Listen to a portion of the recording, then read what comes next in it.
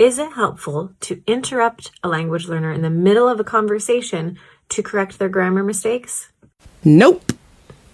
It's going to completely throw them off. They're no longer going to be thinking about what it is that they're trying to tell you. They're going to be just trying their best to not make another mistake in front of you because they're no longer comfortable speaking with you. You'll notice that they're going to start to fumble more and more after you've corrected them. Here's the thing. Because you're having a conversation, you're likely talking about the same subject. So you're likely going to have to say whatever it was that they said again later in the conversation.